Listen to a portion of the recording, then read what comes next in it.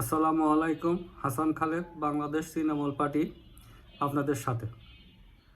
নির্বাচনের বিধি যে পরিবর্তনগুলো আমরা চেয়েছিলাম অবাধ ও সুষ্ঠু নির্বাচনের জন্য, নিরপেক্ষ নির্বাচনের জন্য, তারই আজকে যে নির্বাচনটা আমরা কিভাবে করব, আমরা কিছু বিধানের পরিবর্তনের কথা বলেছিলাম। তারই ধারাবাহিকতায় যে নির্বাচনটা আমরা কিভাবে করব, নির্বাচনটা আমরা করতে চাই পেপারলেস, মানে কাগজবিহীন, ব্যালট থাকবে না, সিল থাকবে না। আমরা ডিজিটাল প্রযুক্তি প্রয়োগের মাধ্যমে এই নির্বাচনটা আমরা করতে চাই। কেন বাংলাদেশে মানুষ চর দখলের মতো ভোট কেন্দ্র দখল করে ফেলে, ব্যালট পেপার ছিনতাই করে নিয়ে বসে সিল মারে। এই অভিজ্ঞতা আমাদের প্রাচীন, এই অভিজ্ঞতা আমাদের আছে। কারণ এরই ধারা এই এই এই বাজে অভিজ্ঞতাটা দূর করার জন্য আমরা একসময় আন্দোলন করেছি যে ছবিযুক্ত ভোটার তালিকা, সেটা করা সম্ভব হয়েছে ন্যাশনাল আইডি কার্ডের মাধ্যমে। সেটা করা হয়েছে। তখন এটা প্রায় অসম্ভব ছিল, মানুষ বলা বলি করছে যে এটা সম্ভব না, কিন্তু বাংলাদেশ সেনাবাহিনী সেটা করে দেখিয়ে দিয়েছে এবং তার ফলশ্রুতিতে 2008 সালে নির্বাচন হয়েছে।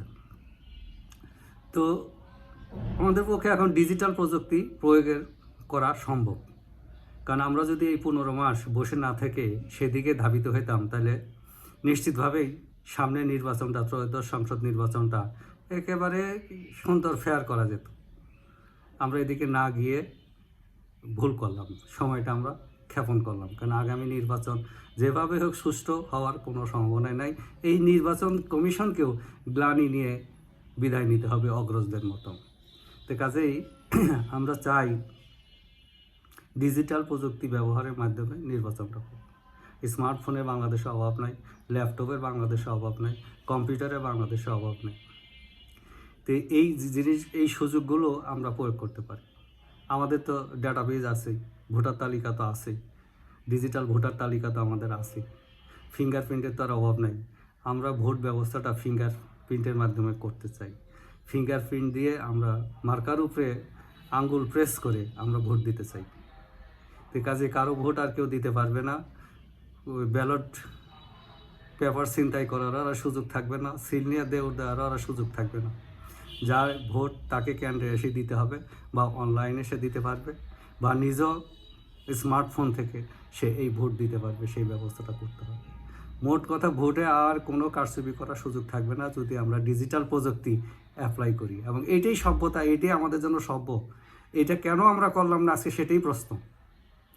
কাজেই এখন এই মুহূর্তে করা সম্ভব কি না, শিডিউল হয়ে গেছে, আর হয়তো সম্ভবও হবে না।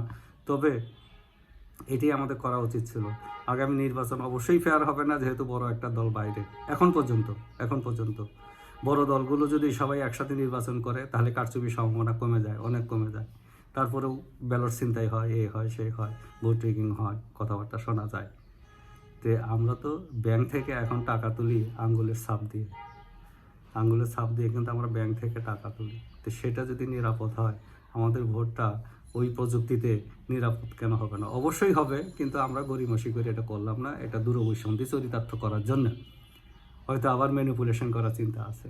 কাজে আমাদের ডিজিটাল প্রযুক্তিতে আসতে হবে। যদি এখনও সময় বের করা যায়, যদি 6 মাস সময় নেওয়া যায়, তাহলে তো 6 মাসে আমাদের যে কম্পিউটার ওরিয়েন্টেড ফাংশনগুলো যেভাবে আমাদের লোকবল আছে জানে, তারা ভোটারদেরকে ডেভেলপ করে ফেলতে পারত, ভোটারদেরকে প্রশিক্ষিত করে ফেলতে পারত।